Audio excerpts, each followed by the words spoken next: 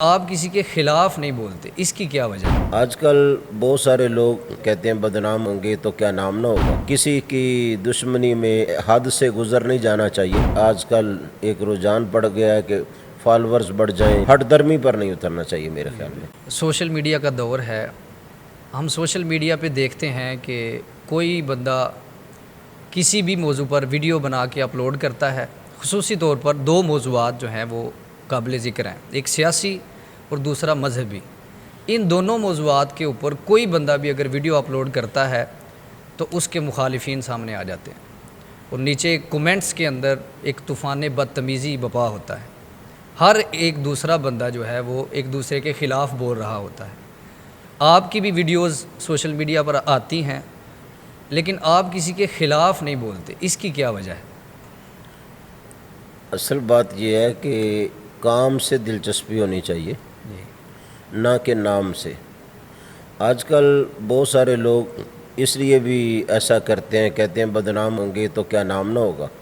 بالکل ایسے تو ان کا مطمع نظر ہو سکتا ہے صحیح ہو، میرے خیال میں تو مثبت کام کے لیے بھی وقت محدود ہے اور کم ہے، چاہے کہ منفی اور پراپوگنڈے میں لگے رہیں اور ایک دوسرے کی پگڑیاں اچھالیں اور بدگمانیاں پیدا کریں۔ بہت ساری چیزیں جو کسی میں ہوتی بھی نہیں، ہم اپنی بدگمانی سے ایسے اس میں ثابت کرتے ہیں دلائل کے ساتھ، اور ادھر سے سغرے کبرے ملا کے حد اوسط گراتے ہیں، نتیجہ نکالتے ہیں، جس کا حالانکہ کسی کو ضرورت ہی نہیں ہوتی۔ میرے خیال میں معاشرے کو جن چیزوں کی ضرورت ہے ان کی طرف قدم بڑھانا چاہیے، عمل کی طرف بڑھانا چاہیے، عقیدے کی صحت کی طرف آنا چاہیے، اور لوگوں کی پگڑیاں اچھالنے کی بجائے ان کے لیے کوئی اچھا مشورہ، کوئی اچھی تجویز اس کی طرف آنا چاہیے جس کا فائدہ ہے۔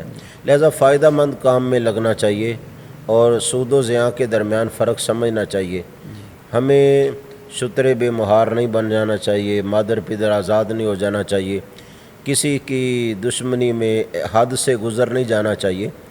آپ جو حقیقت حال ہے اس کو مناسب طریقے سے، موافق طریقے سے، اچھے طریقے سے بیان کریں تو لوگ اس کو ماننے کے لیے بھی تیار ہو جاتے ہیں۔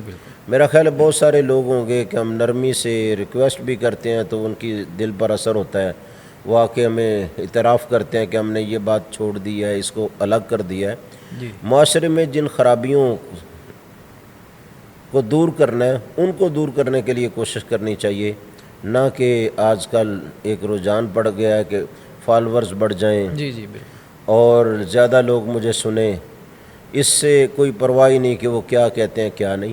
لہٰذا ایک معلم کو، ایک واعظ کو، ایک مدرس کو، ایک مبلغ کو ان چیزوں کا خیال رکھنا چاہیے کہ وہ وجادلہم باللتی ہی احسن، جدال کریں لیکن اچھے طریقے کے ساتھ۔ ادعو الی ربک بالحکمۃ والموعظۃ الحسنہ، حکمت اور اچھے واعظ کے ساتھ بلائیں۔ ہم نے آج تک کبھی کسی کی بھی برائی جو ہے اس میں کبھی یہ نہیں کہا کہ یہ ٹھیک کر رہا ہے اور برائی پر اس کی تحسین کی ہو، بلکہ ہمیشہ برائی سے لوگوں کو روکتے ہیں اور اچھائی پر تحسین کرتے ہیں۔ ہمارے یہاں رجحان ختم ہو گیا کہ کوئی اچھا کام کرے تو آپ اسے کہیں اچھا ہے، اب کہتے ہیں نہیں اچھائی کسی کی بیان نہیں کرنی۔ اب بہت سارے لوگ دیکھ لیں، ان کی ساری زندگی نگالیں، ایک بھی شخص کی تعریف ان کی زبان سے کبھی نہیں جاری ہوئی ہوگی، چاہے ان کا استاد ہو، چاہے ان کا پیر ہو، چاہے ان کا باپ ہو۔ لیکن اگر آپ دیکھیں کہ دوسری جانب ہزاروں لوگ ان کی زبان کے تیروں سے زخمی پڑے ہیں اور ان زخموں میں وہ اور بھی کیڑے ڈالنے کے لیے تیار ہیں۔ لہٰذا حق بات کہنے سے پیچھے نہیں ہٹنا چاہیے، وہ ہم کہتے ہیں، لیکن انداز ایسا ہو کہ لوگ اسے حق سمجھیں، ہٹ درمی نہ سمجھیں۔ ہٹ درمی پر نہیں اترنا چاہیے میرے خیال میں۔